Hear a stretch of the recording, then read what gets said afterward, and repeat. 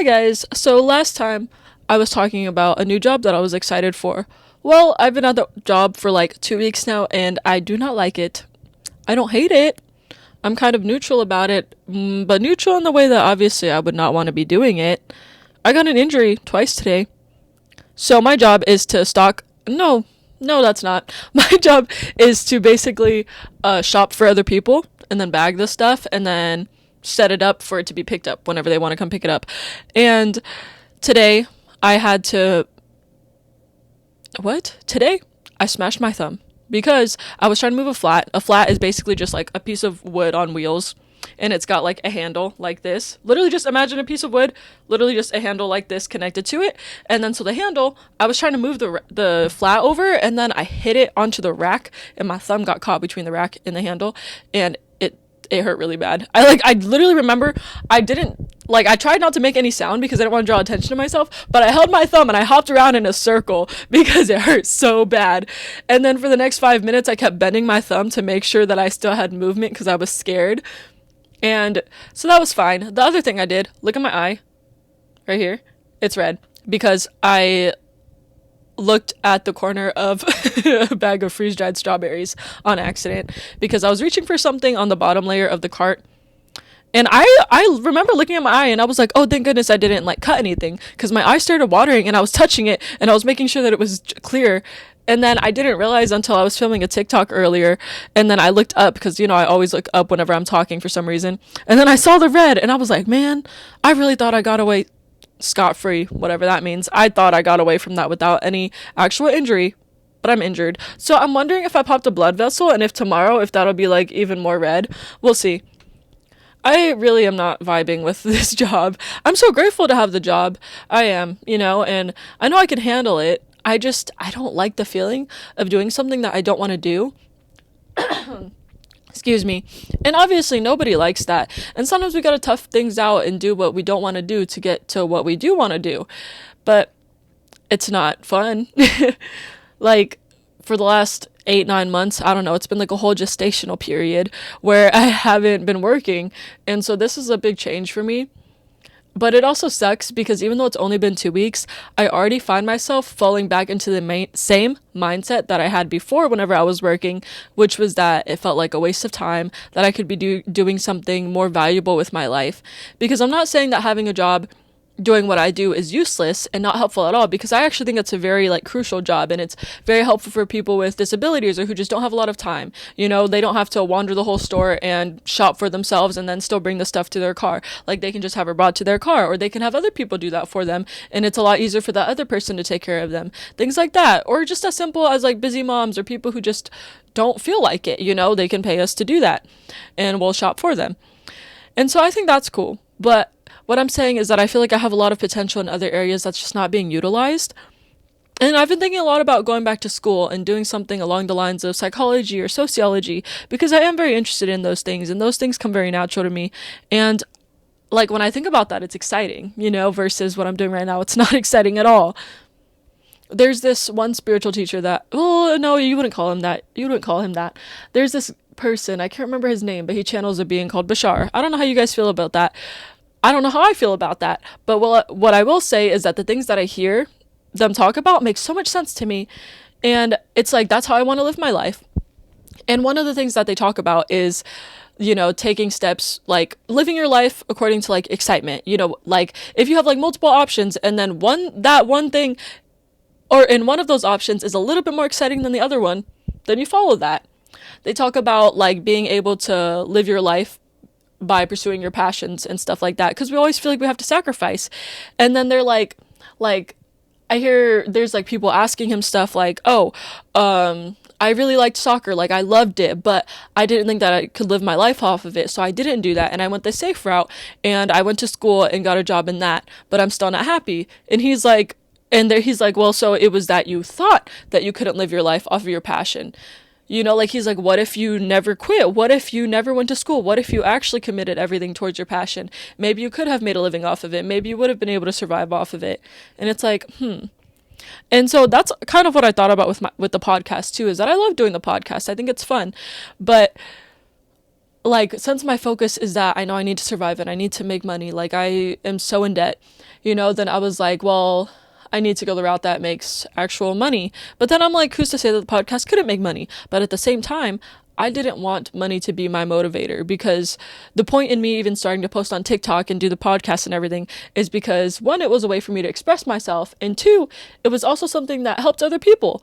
Like, even like there's this one video that I have that has like 8,000 likes on it, almost 8,000.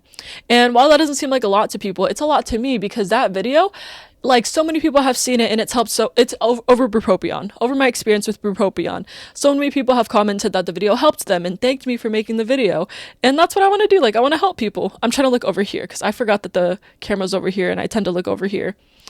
And so it's like that. It makes sense to me that this is like, helps me feel like I have purpose in some way. And I've always felt like, I mean, I haven't always been the best with people. Like, I've talked a lot about the fact that I still think I'm autistic and that I maybe need to get diagnosed. But even if I'm not necessarily like good with people, I am good with people. I get told that I have good people skills. People like being around me and they like talking to me. They say I'm a good conversationalist. Who knows if that's true, but that's dependent on opinions. What one person might find to be good, to be a sign of good conversation might not be what another person finds to be a sign of good conversation. Like my lack of ability to make eye contact. I don't really do that very much, because whenever I'm thinking, then I just look away. And if I'm trying to focus on making eye contact, I'm not going to be able to have a conversation, because all my focus is going to be on making eye contact. So I don't, and the thing is, like, why is eye contact that necessary if it's obvious that I'm listening? I don't know why you need to be looked at. Anyways, I think about all the good things that will come with getting money, though. Like, I try to keep myself motivated to continue with this job. One being, I don't want my partner to have to pay for everything by himself. I know it's stressful, and I want to contribute financially. And two, I don't remember what I was numbering things off for. What was I talking about? What was I talking about?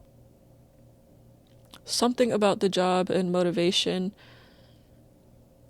Oh, I think about this job gets me money, but then I'm like, there are other things that can get you money. Maybe.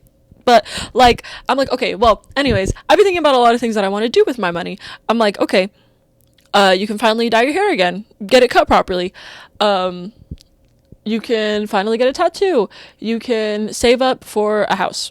You can do this or that. But then it's like, it's hard to stick it out, because obviously these things are not going to come easy. Like, my first couple paychecks, I plan on paying off a majority of my debt and, actually contributing to paying the bills again. And then from there, it's like, I don't know. I don't know how to explain it. It sucks having to hold off on living the life that you want. Does that make sense? And like I said, I know I gotta tough it out. I know there's people that have it worse than me. I'm just sharing my experience. While I am complaining and talking about how I feel, I am also still keeping in mind how grateful I am to have the opportunities that I have. To be so blessed to wake up in a warm room with, a roof over my head, with food to eat, even if it's ramen noodles, and I only have $15 in my bank account to last until next Friday. Not this Friday, next Friday. Like, I still am so blessed to even have this. I think about, like, so my family is immigrated here to America. If you don't know, that's where I live, on both sides of my family. And so I think about what I want to do with that, because, they had to survive. They just had to do what they had to do. And so I feel so blessed to even have the opportunity to be here now. And I want to make the most of it. And so it's like, well, I'm grateful for what I have. That doesn't mean I'm going to settle for what I have. I am so grateful for the opportunity to have what I do that I want to do more with it. I want to expand. Does that make sense? And yeah, I don't know. Life feels really weird because it feels forwards but backwards at the same time. I don't think I could do this for very long. I don't know how long I can keep up with this job. Maybe I'll even file for FAFSA again and see what's up with that, and just get myself into a little more debt, trying to pursue a degree that can maybe get me into a career that feels more helpful than the job that I'm doing right now. Well, I've only been talking for 10 minutes. But yeah, so the reason why my setup is the way that it is because I told myself, like, the reason for the podcast, like, obviously it would be nicer if it was more aesthetically pleasing, but the main reason for it, hold on, how do I describe this? Not the main reason. What I'm trying to say is that the point of the podcast is for it to be authentic, and authentically, I don't feel like setting up the way that I did in the last video, and it feels more authentic to not do that because I don't like doing things that I don't want to do, and my life looks like this. So, what's wrong with that? I literally have the phone propped up on my nightstand up against a roll of toilet paper. It's Cottonelle toilet paper, if you even care. And like, it feels weird to be filming this right now because I have no makeup on, but then at the same time, I'm like, I always remind myself, this is what you look like right now. Like, the whole point is to be authentic and genuine. This is what you look like. It's fine. It doesn't even matter that my bun's doing this thing, This is how I feel. This is how I'm presenting myself. I'm not gonna, like, try to change it. That's the thing. Wow. Sometimes I don't pronounce my words all the way, and I don't catch myself doing it for a long time. Or I don't catch it for a while. And I'm like, how long have I been talking like this? And I think part of it is the other thing with money. I'm like, oh, I can save up money and I can get braces.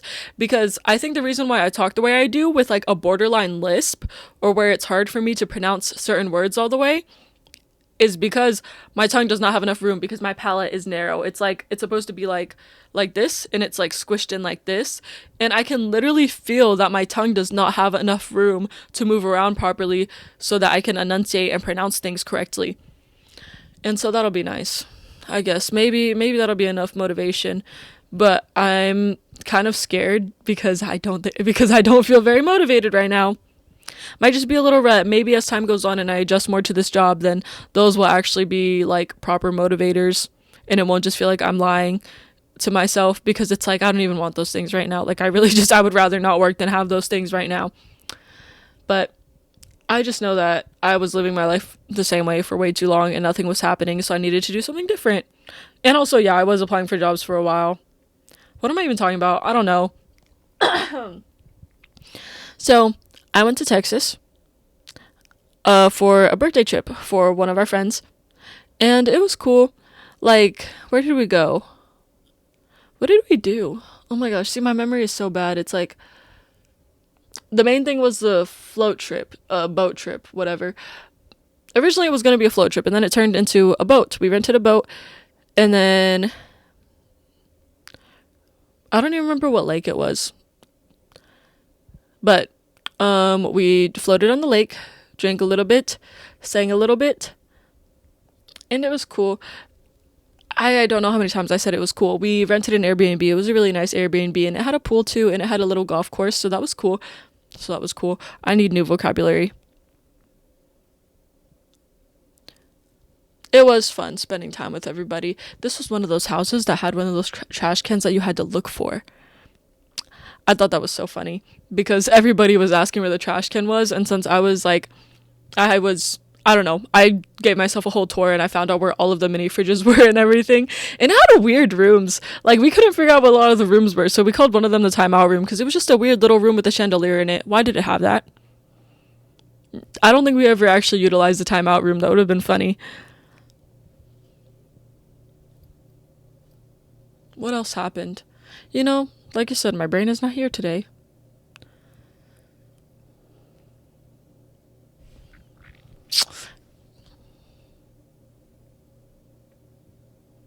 You want to know what's on my shirt? I don't feel like... See, I have this urge to fill the empty space because I want this to be in one take. But I also don't want it to seem like I'm just trying to fill the empty space. But it's more like, I know that if I give myself like 20 seconds, I'll come up with something, and I don't really want to have to edit out 20 seconds. And anyways, did I already mention where my shirt is from? Full Metal Alchemist. It's from the Anime Expo because my boyfriend went there. I think it would have been really cool to go.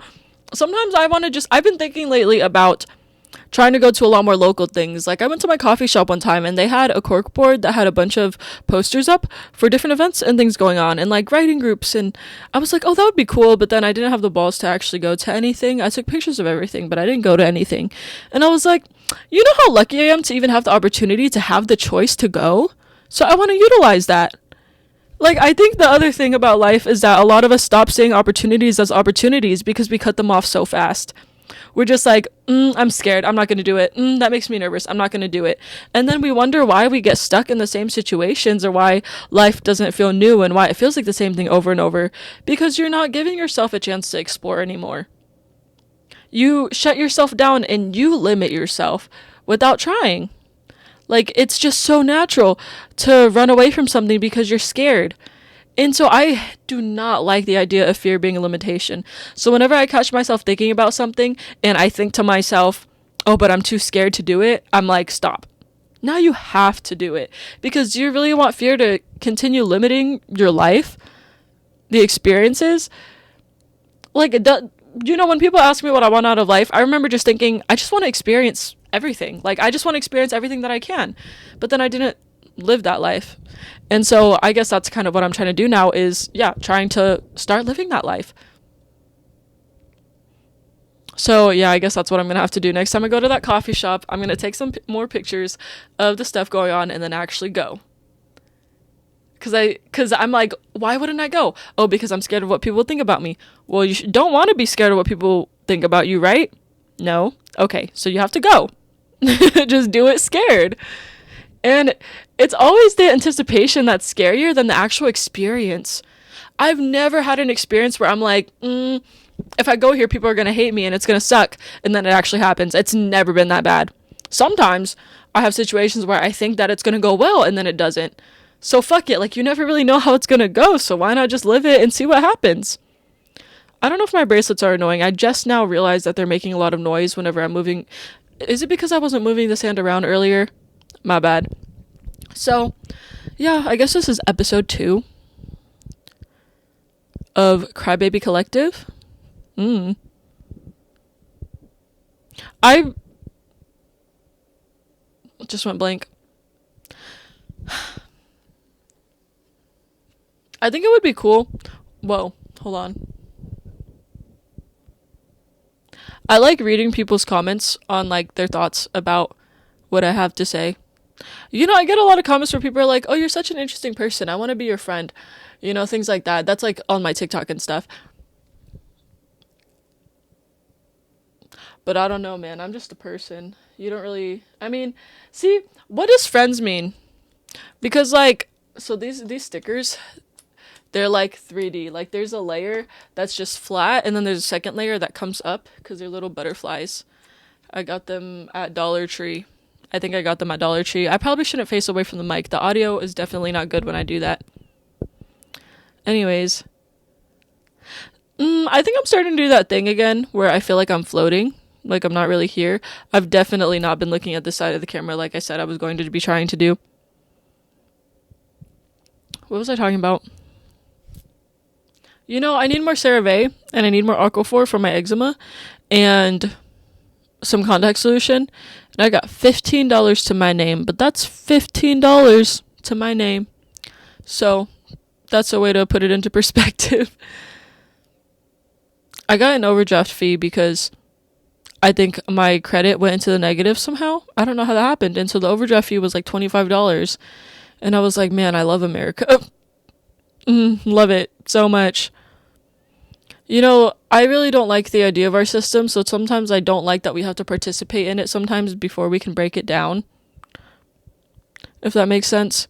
Like, it feels like I'm an undercover spy because I don't believe in the system that I'm participating in. And I have a lot of dreams like that too.